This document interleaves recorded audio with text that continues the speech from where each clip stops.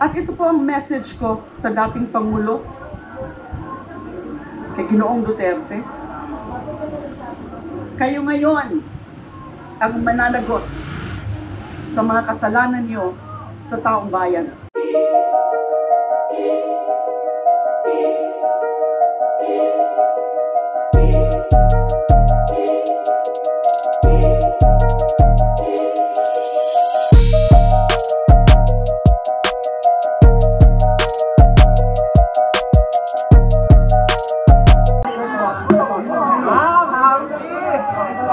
Siyempre.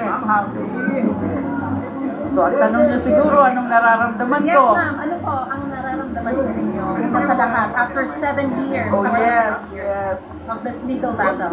Napakalaki po ng ginhawa at saya ang nararamdaman ko ngayon.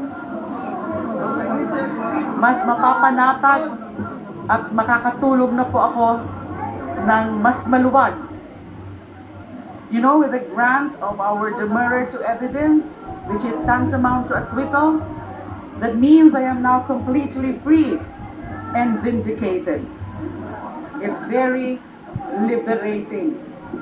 At alam niyo naman ito, I respected the rule of law, despite the pain and the injustice of it all.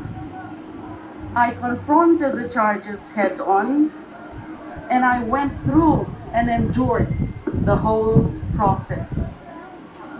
Nagpapasalamat po ako unang-una sa ating mahal na Panginoon for His grace of freedom,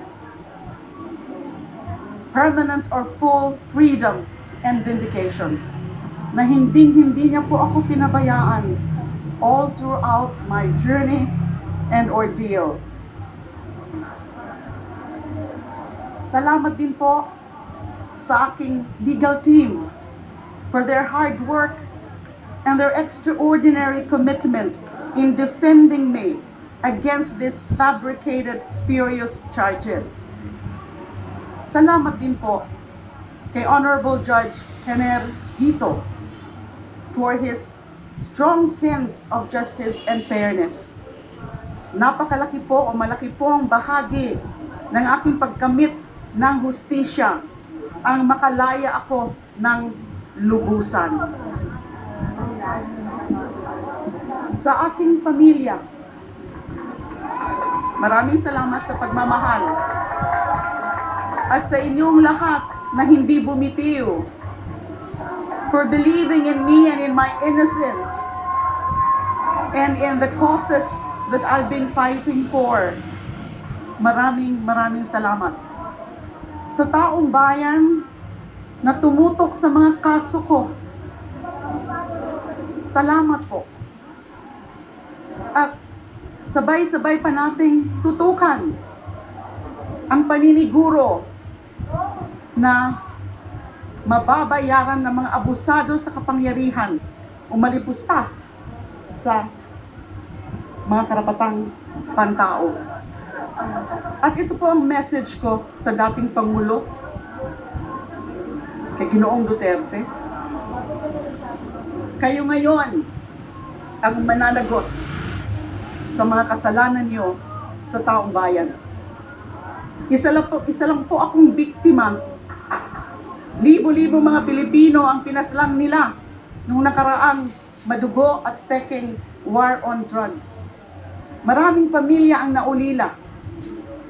Yung iba nga hindi nga pinatay pero nabubulok naman sila sa mga kulungan dahil sa mali at baluktot ng pagpapatupad ng batas. Isa po ako na nakadanas niyan na walang katuturang pagpapakulong. Sa mga sumusuporta po sa akin, huwag po kayong mawawala. Dahil pagkatapos ng 7 taon, mas handa po ako na ituloy ang laban.